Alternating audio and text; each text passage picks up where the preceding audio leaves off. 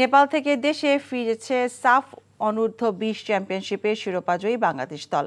4:35 নাগাদ হযরত শাহজালাল আন্তর্জাতিক বিমানবন্দরে এসে পৌঁছবে চ্যাম্পিয়ন দলটির বহনকারী বিমানটি। কাঠমান্ডুর দর্শক গ্যালারি স্তব্ধ করে নেপালের বিপক্ষে 4-1 ব্যবধানে প্রথমবারের মতো এই শিরোপা জিতেছে বাংলার তরুণরা। টুর্নামেন্টে এর আগেও 3বার ফাইনাল খেলে বাংলাদেশ, হারের স্বাদ পেয়েছে প্রত্যেকবারই। 2017 সালে নেপালের বিপক্ষে হারের পর 2019 এবং 2022-এ দুবারই ভারতের বিপক্ষে হেরে যায় যুবারা। এ নিয়ে সাফের বয়সভিত্তিক ছেলেদের আসরে বাংলাদেশের 2টি শিরোপা এলো। 2015 সালে অনূর্ধ্ব-16 আসরে সিলেটের ট্রফি জিতেছিল সাদুদ্দিনরা। কাঠমান্ডুর মাঠ বাংলাদেশের জন্য পয়মন্ত। 1999 SA গেমস, 2022 সালে মেয়েদের সাফের শিরোপা এসেছিল। মাঝে নারীদের বয়সভিত্তিক আসরের শিরোপা ঘরে ওঠে।